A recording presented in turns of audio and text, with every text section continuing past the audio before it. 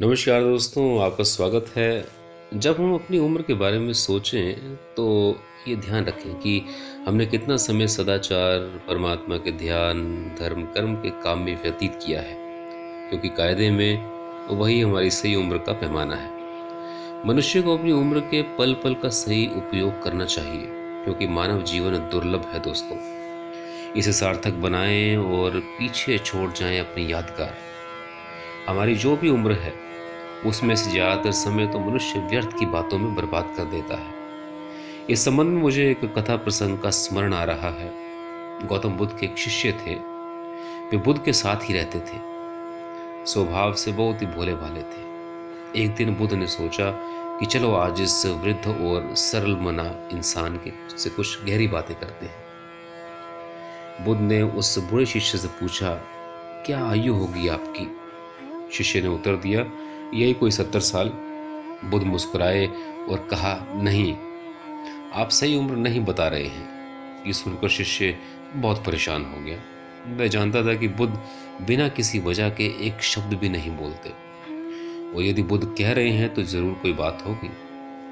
उसने फिर बुद्ध से कहा कि मैं अपनी उम्र गलत नहीं बता रहा हूँ। देखिए, मेरे बाल श्वेत हो गए हैं, दांत गिर गए हैं। मैंने पूरा जीवन जिस उम्र के हिसाब से बिताया है वह यही है। लेकिन आपको क्या लगता है मेरी उम्र क्या होगी?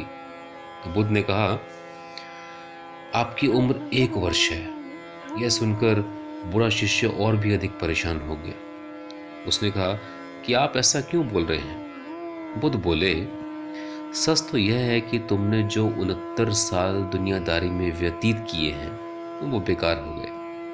पिछले वर्ष थे जब तुमने धर्म को खोजना शुरू किया, जब तुम पूर्ण रूप से सदाचारी हुए, जब तुमने आत्मा की यात्रा आरंभ की, जब तुम ध्यान की ओर बढ़े, तभी से तुम्हें सही अर्थ में जन्म मिला।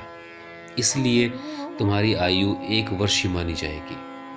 तो बंधुओं, बुद्ध का इशारा है कि जब हम अपनी उम्र के बारे में सोचें तो ये ध्यान रखें कि हमने कितना समय सदाचार, परमात्मा के ध्यान और धर्म कर्म में व्यतीत किया है। कायदे से वही समय हमारी सही उम्र है। तो दोस्तों, बने रहिए हमारे साथ इस योग यात्रा में जीवन के पूर्ण कायाकल्प हेतु। धन्यवाद।